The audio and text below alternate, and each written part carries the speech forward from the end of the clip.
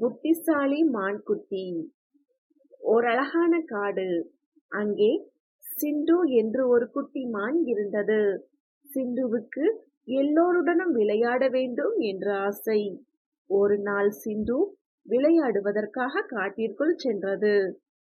முதலில் சிண்டு ஒரு அழகான வண்ணத்து பூச்சியை பார்த்தது. வண்ணத்து பூச்சி மிகவும் மென்மையானது என்று சிண்டுவுக்கு தெரியும். அதனால் சிண்டு அதனோடு துள்ளி குதிக்காமல், சத்தம் போடாமல், மிகவும் அமைதியாக அதன் அழகை ரசித்துக் கொண்டே மெதுவாக விளையாடியது. வண்ணத்து பூச்சிக்கும் சிண்டுவை மிகவும் பிடித்துவிட்டது.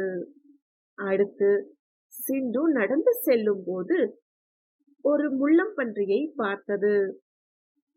சிண்டுவுக்கு அதை கண்டதும் ஓடிப்போய் கட்டிப்பிடிக்க ஆசை வந்தது. ஆனால் முள்ளம்பன்றியின் உடலில் கூர்மையான முட்கள் இருப்பதை சிண்டு கவனித்தது. இதன் அருகில் நெருங்கி சென்றால் முள் கொத்திவிடும் என்று அறிந்து சிண்டு சற்று தள்ளி நின்றபடியே, முள்ளம்பன்றி நண்பா, நீ எப்படி இருக்கிறாய் என்று அன்பாக பேசியது.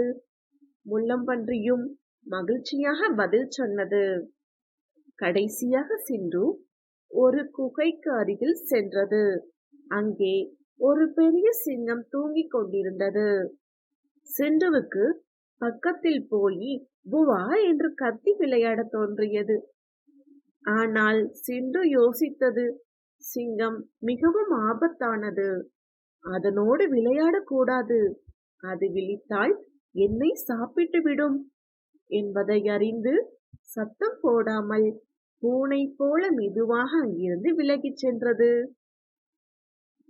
இந்த கதையின் நீதி, சிண்டு மான்குட்டி எப்படி ஒவ்வொரு விலங்கின் தன்மைக்கு ஏற்றாற் போல தன்னை மாற்றிக்கொண்டதோ அது போலவே நாமும் பழக வேண்டும். மென்மையானவர்களிடம் அன்பாக பழக வேண்டும்.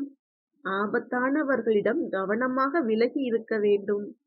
யாரிடம் எப்படி பேச வேண்டும் என்று அறிந்து நடந்து கொண்டால் நமக்கு துன்பம் வராது.